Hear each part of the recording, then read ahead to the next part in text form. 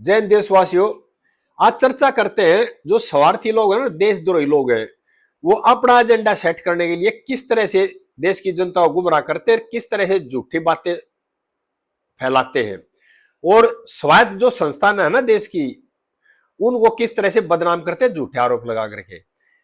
अब पिछले दिनों से एक दौर चल रहा है जो कि देश का जो इलेक्शन कमीशन है ना, वो एक स्वायत्त संस्था है, उसके ऊपर झूठे और बेबुनियाद आरोप लगा रहे हैं और देश की जनता को बहकाना चाह रहे हैं। इस तरह के झूठे आरोप लगा करके देश की जनता को गुमराह कर रहे हैं कि इलेक्शन कमीशन है वो जो मौजूदा सरकार है उसके लिए काम कर रहा है, इलेक्शन कमीशन वोट काट रहा है, इलेक्शन कमीशन वोटों की चोरी करते हैं। इस तरह की बातें फैलाकर लोगों को भ्रमित कर रहे हैं। मैं यहां देशवासियों को बताना चाह रहा हूं, इलेक्शन कमीशन अपने आप में एक स्वायत्त संस्था है, वह अपने आप डिसीजन लेती है, सरकार का उस पर कोई कंट्रोल नहीं होता, और वो देश के संविधान के प्रति जिम्मेदार संस्था है।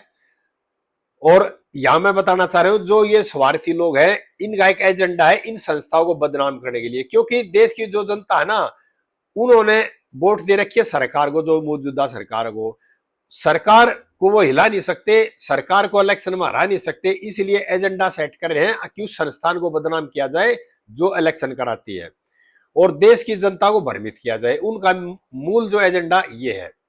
मैं यहां देशवासियों को बताना चाह रहा हूं, एक देश के अंदर एक संस्था है CSDS, उसके जो सह निदेशक है ना वो संजय कुमार जी है।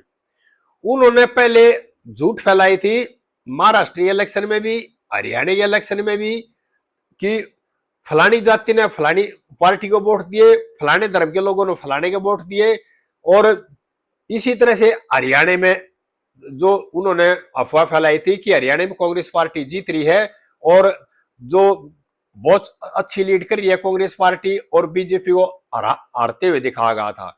और महाराष्ट्र में भी इसी तरह का प्रचार किया था, जो झूठा प्रचार था, झूठा एजेंडा चला था। और जो ये संजय कुमार जी है ना, ये अपने आप को बताते हैं विशेषज्ञता हासिल है इनको सर्वे करने में और चुनाव विश्लेषण करने में। मेरा सवाल यहाँ संजय कुमार जी से है कि आपको ज्ञान नहीं है देश का।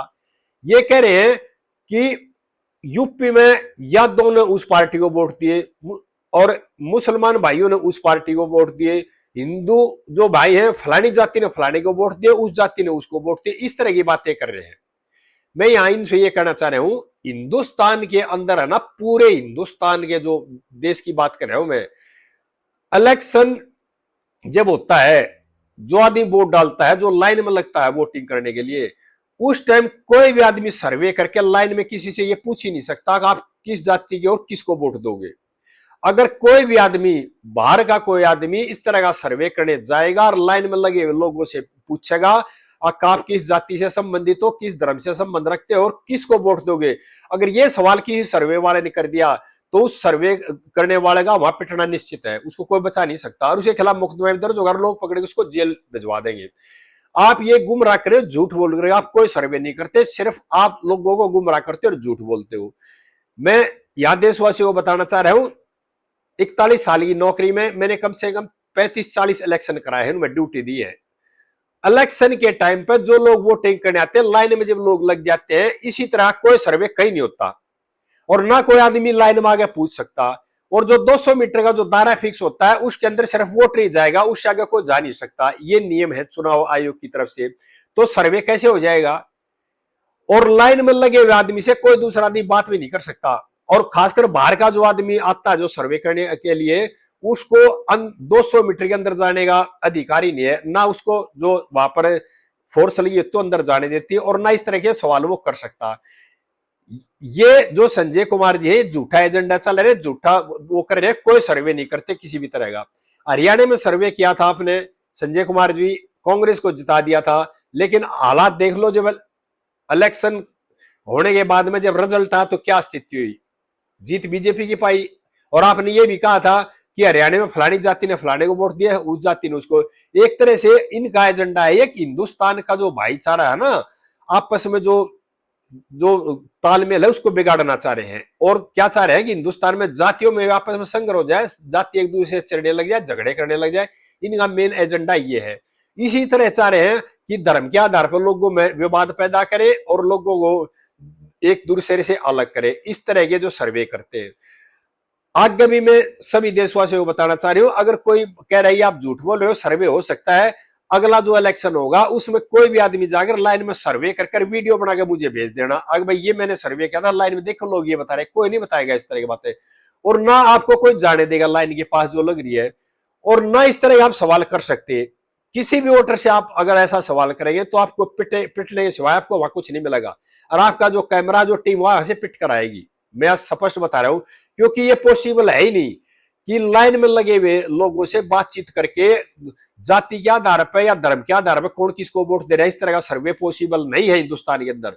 ये हिंदुस्तान की संस्कृति में है, हिंदुस्तान के लोग 1 मिनट में गिरबान पकड़ लेते ऐसे सर्वे करने वाले आदमी का, कि वो किस जाति का किस तरह की बातें कर रहे हैं। ऐसी बातें नहीं होती इलेक्शन टाइम पर, खासकर जब वोट की लाइन में आदमी लगे होता। और ये कह रहे हैं जैसे रिजल्ट आने से खत्म हुआ, रिजल्ट का डिक्लेयर हुआ, उसके थोड़ी देर के बाद डिक्लेयर कर दिया उस जो जाति के लोगों ने उस पार्टी को वोट दी, उस धर्म के लोगों ने उस पार्टी को वोट दी, इस तरह का सर्वे करके। ये बिल्कुल देश को गुमराह करने वाला सर्वे ही इनका, और झूठ बोलते हैं। इनके सर्वे में जो नतीजे हो कभी सही नहीं पाएंगे। और ये जो कर रहे हैं ना, ये काम कर रहे हैं जो अमेरिका का डीप स्टेट है और जोर सोर्स जो है उस पर, और अपने आप को विशेषज्ञ बताते हैं। हमारे प्रधानमंत्री जी ने कई बार कह लिया, मैंने भी 1-2 वीडियो में पहले बता दिया, जो ये पॉलिटिकल पंडित है ना, इनको खुद ही ज्ञान नहीं है हमारे देश की संस्कृति, हमारे देश के भाईचारे का, हमारे देश का जो जातिवार जो भाईचारा है, आपस में उठना बैठना, उनका इनको खुद वो ज्ञान नहीं है। ये लुटिन जोन में रहते हैं, शाम को बढ़िया पार्टी करते हैं और सुबह कुछ ही खबर चला देते हैं, ये इनका एजेंडा। ना इनको हिंदुस्तानी संस्कृति के बारे में ना पता, ना इनको हिंदुस्तान के भाईचारे के बारे में पता। ये सिर्फ मुश्किल से 4 या 5% लोग हैं जो लुटिस जोन में रहते हैं, शहरों में रहते हैं और गांवों के बारे में अलग अलग एजेंडा चलाते हैं। कि हिंदुस्तान की 80-85% आबादी है वो गांव में रहती है, गांव की गली और खेत खलिहानों में जाके झांकते भी नहीं, ना इन आगे कल्चर का पता, लेकिन देश के एजेंडे का सर्वे का पूरे ले लेते हैं, सिर्फ अपना जो यो संगठन चलाने के लिए। सभी देशवासियों से प्रार्थना है, इन लोगों ने अब एक एजेंडा छेड़ रखा गुमराह करने के लिए कि इलेक्शन कमीशन है वो गलत काम कर रहा है, इलेक्शन कमीशन सही काम नहीं कर रहा। सुप्रीम कोर्ट ने भी उनको काम को सही मानना है और जो कई याचिकाएं लगी थी वो भी खारिज कर दी है।